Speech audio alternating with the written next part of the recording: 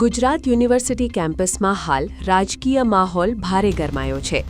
ગુજરાત કોંગ્રેસ અને એનએસયુઆઈ દ્વારા યુનિવર્સિટી પ્રશાસન પર તાનાશાહી વલણ અપનાવી કેમ્પસને આરએસએસ અને બીજેપીનો અડ્ડો બનાવવાનો ગંભીર આરોપ લગાવાયો છે. એનએસયુઆઈનો દાવો છે કે ગોડસે સંબંધિત કાર્યક્રમોનો વિરોધ કરવા બદલ વિદ્યાર્થીઓ પર ખોટી ફરિયાદો અને નોટિસ ફટકારવામાં આવી છે. કેમ્પસમાં દારૂ અને ડ્રગ્સ જેવા સળગતા મુદ્દે સવાલો ઉઠાવી કુલપતિ અને રજિસ્ટ્રાર સરકારને વહાલા થવા ગુલામી કરતા હોવાનો આક્ષેપ કરી શિક્ષણ મંત્રી અને કુલપતિની તપાસની ઉગ્ર માંગ કરવામાં આવી છે. વિદ્યાર્થીઓના પ્રવેશ રદ કરવા પત્રો લખી ડરાવવાના પ્રયાસો થઈ રહ્યા હોવાનો દાવો કરતા એનએસયુઆઈએ હુંકાર કર્યો છે કે અમે ડરીશું નહીં. બાબા સાહેબ અને સરદાર પટેલના અપમાન તેમજ સરકારી કાર્યક્રમોમાં વિદ્યાર્થીઓના ભવિષ્ય સાથે થતી છેડછાડનો વિરોધ કરી એનએસયુઆઈ દ્વારા કેમ્પસમાં કોંગ્રેસનો કાર્યક્રમ યોજવાનો એલાન કરાયું છે.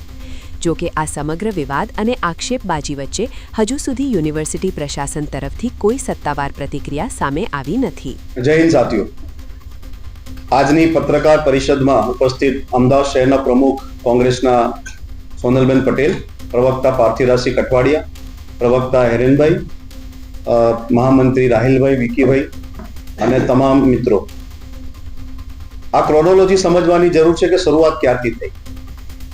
સેનેટ વેલફેરની ચૂંટણીઓમાં 30 વર્ષથી એનએસયુઆઈ જીતતું આવે, યુનિવર્સિટીઓમાં એનએસયુઆઈનો દબદબો હોય, ભારતીય જનતા પાર્ટી સરકારમાં હોવા છતાં ચૂંટણી ના જીતી શકે તો ચૂંટણીઓ બંધ કરાવી દીધી. કોંગ્રેસ સમિતિ દ્વારા આયોજિત આજની આ ખૂબ જ અગત્યની સંયુક્ત પત્રકાર પરિષદમાં ઉપસ્થિત અમદાવાદ શહેર કોંગ્રેસ સમિતિના આદરણીય પ્રમુખ સોનલબેન, ભાઈ શાહનવાઝભાઈ, મારા સાથી પ્રવક્તા હિરેનભાઈ, રાહિલભાઈ, વિકીભાઈ, યશરાજભાઈ, એનએસયુઆઈના આગેવાનો. નમસ્તે બધાને. જે અમારા સાથીઓએ વાત કરી તેને હું સપોર્ટ આપું છું. એની સાથે સાથે એક ખાસ વાત એ સમજવા જેવી છે અને મને લાગે છે કે એમાં રજિસ્ટ્રારની ગરિમા પણ કોમ્પ્રોમાઇઝ થઈ ગઈ છે. એ પોતે ફરિયાદ કરવા જાય ત્યાં સુધી તો સમજમાં આવે, પરંતુ એબીવીપીના છોકરાઓ કાર્યકર્તાઓ જે છે એને સાથે લઈને એમણે જ્યારે ફરિયાદ કરવા જવું પડે ત્યારે કેટલા બધા નમાલા કહેવાય, એનાથી વધારે કંઈ હોઈ શકે નહીં.